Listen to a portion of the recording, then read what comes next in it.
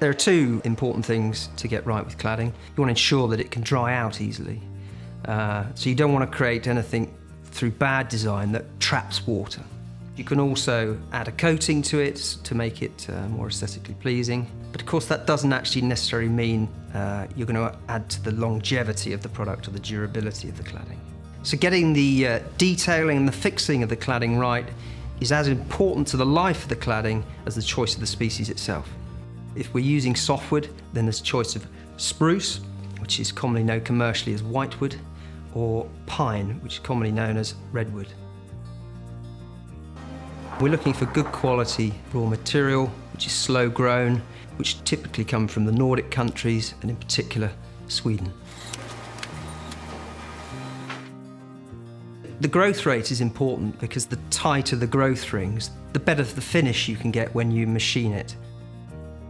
Ideally, the timber that we use for the cladding should be of a moisture content between about 16 and 19%. Slow-grown spruce and pine is ideal for cladding, but really, for the UK climate, it really needs to be preservative pre-treated to ensure its durability. After preservative pre-treatment, in whatever form that's taken, we need to ensure the surface of the cladding is dry enough to accept a coating if you're going to coat it. Ideally, we actually want to get the cladding back down to the 16 to 19% moisture content that we talked about earlier. Then there are other softwoods to consider for cladding that are naturally durable. These are typically species such as Siberian larch and western red cedar.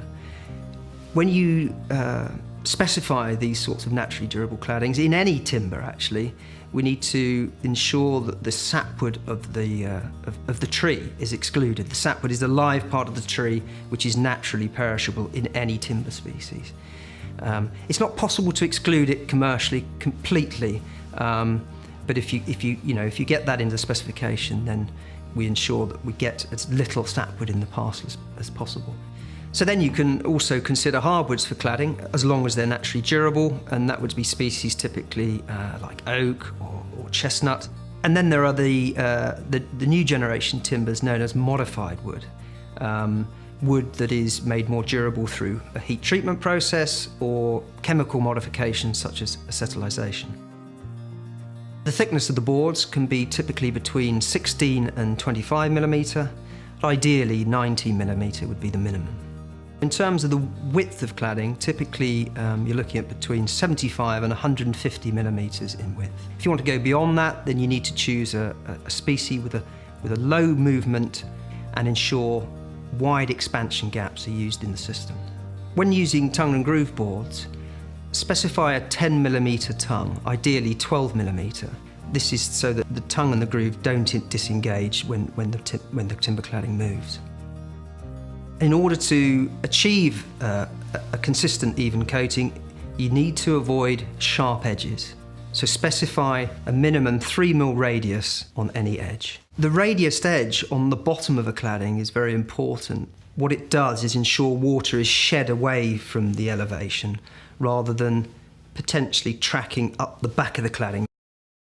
A fine sawn finish will hold a coating much better than a smooth, planed finish. And sawn finishes actually are less likely to check and split on exposure. Fine sawn finishes appear to perform better than smooth finishes, whether they're painted or not. Ensure adequate ventilation, a 21 millimetre gap between the back of the cladding and the wall. Protect vulnerable end grain. Design out water traps. Stop cladding 150 millimetres above ground level. Ideally, cladding should be fixed with a stainless steel proprietary clip system such as that offered by Brooks Brothers, and this avoids nailing through the surface of the cladding. If you're nailing through the surface of the cladding, ensure the nail head is flush with the surface. If you punch it through the surface, then you're inviting water to get in. For most softwoods, use small-headed stainless steel annular ring shank nails. For lower density species, such as western red cedar, you use a bigger headed nail to stop it pulling through. Secret nailing so that the adjacent board covers the nail hole is an elegant solution. High density species such as Siberian larch and hardwoods should be drilled and screwed to avoid splitting. For high tannin species such as oak, use stainless steel fixings to avoid staining. If you're using green timber such as oak, drill oversized holes and use washers to allow for the movement. Nail and screw lengths should be a minimum of 2.5 times the thickness of the board.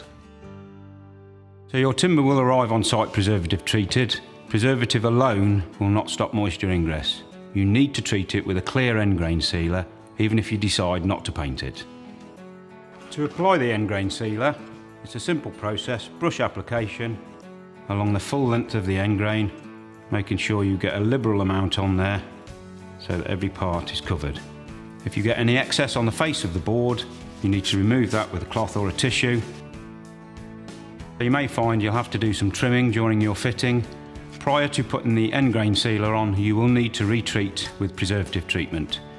You may find also that you have shakes or cuts in the coating system. Again, before recoating, to bring it back to its former glory, you'll need to reapply the preservative treatment. The key to recoating the cladding is not to wait until the paint actually breaks down. If you catch it early enough, preparation and recoating can be very easy. It's always advisable after the first year to do a proper inspection, a wash down, check for any open joints and movements of the timber, and do a full recoat of the system. Translucent coatings, they should be washed down and recoated every 2 to 3 years. Opaque coatings every 5. And if you're doing a semi-translucent, somewhere in between the two. The key to UV protection is basically the amount of pigment in the coating system. Generally, the rule is the darker the colour, i.e. more pigment, the better. If you've got darker translucent colours, you're always going to get a lot more UV protection. When you get to opaque colours, they do reflect the UV a lot better, and in fact white is probably the best colour to have because it reflects it the most. Weathered timber can be cleaned down using a mild detergent solution and rinsed off with clean water. There are many cladding profiles and styles, and here are some that are used horizontally. Feather edge cladding, both sawn in this situation.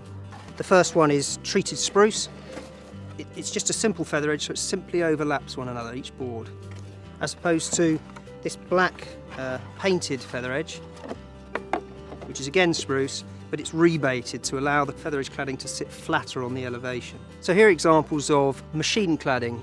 The first one is a simple rebated shiplap, again, that loosely connects to give you that finish, as opposed to one that it can be tongued and grooved, this being some larch.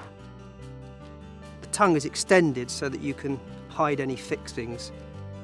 Some cladding profiles aren't suitable in a horizontal situation, particularly the tongue and groove varieties, which can cause that capillary action of the water getting in behind the cladding. Here are some examples of vertical claddings that do use a tongue and groove. Simple connection. This style would allow you to have a very smooth front finish to the cladding. And this is identical but with a little tiny V-joint, so it gives you just a different feature at the front. Here are two examples of vertical cladding, both tongued and grooved, and both with the added benefit of being able to hide the fixing in this groove here. So these are secret fix vertical claddings. The first one is a secret fix shiplap, again, which connects like that. Again, smooth front. The fixing's hidden in that little V groove there by the adjacent tongue. Just a different profile, same type of fixing, is this channel profile. Just gives you a very different detail at the front, a bit like a shadow gap, as you can see there. Here's a simple but popular board-on-board style cladding that can be either smooth, as this is, smoothly machined, or in sawn. It's used vertically, and this board sits on the adjacent board to give a sort of a stepped feel to the elevation of the building. Here's an example of a timber rain screen made of treated Swedish pine. Many architects like the look of natural timber. Most unfinished timber will weather to a silver grey colour because of the natural effect of ultraviolet light. You can expect some differential weathering if some sections of the facade are more subject to the effects of light and water. That's a good reason to consider one of the many coating options available. Coatings can be translucent to bring out the beauty of the wood itself, or semi-translucent, which adds colour to the cladding, while still showing the beauty of the wood's grain. Both provide a very natural way of reducing the visual impact of differential weathering of the timber surface. And of course, there are opaque colours such as these brush-applied, water-based wax oil finishes, which can be easily maintained every year or so for a fresh, fashionable, solid finish. For a more durable finish, specify a water-based microporous coating to a minimum dry thickness of 100 microns, or 2 brush coats of a water-based wood oil for an easily maintained system.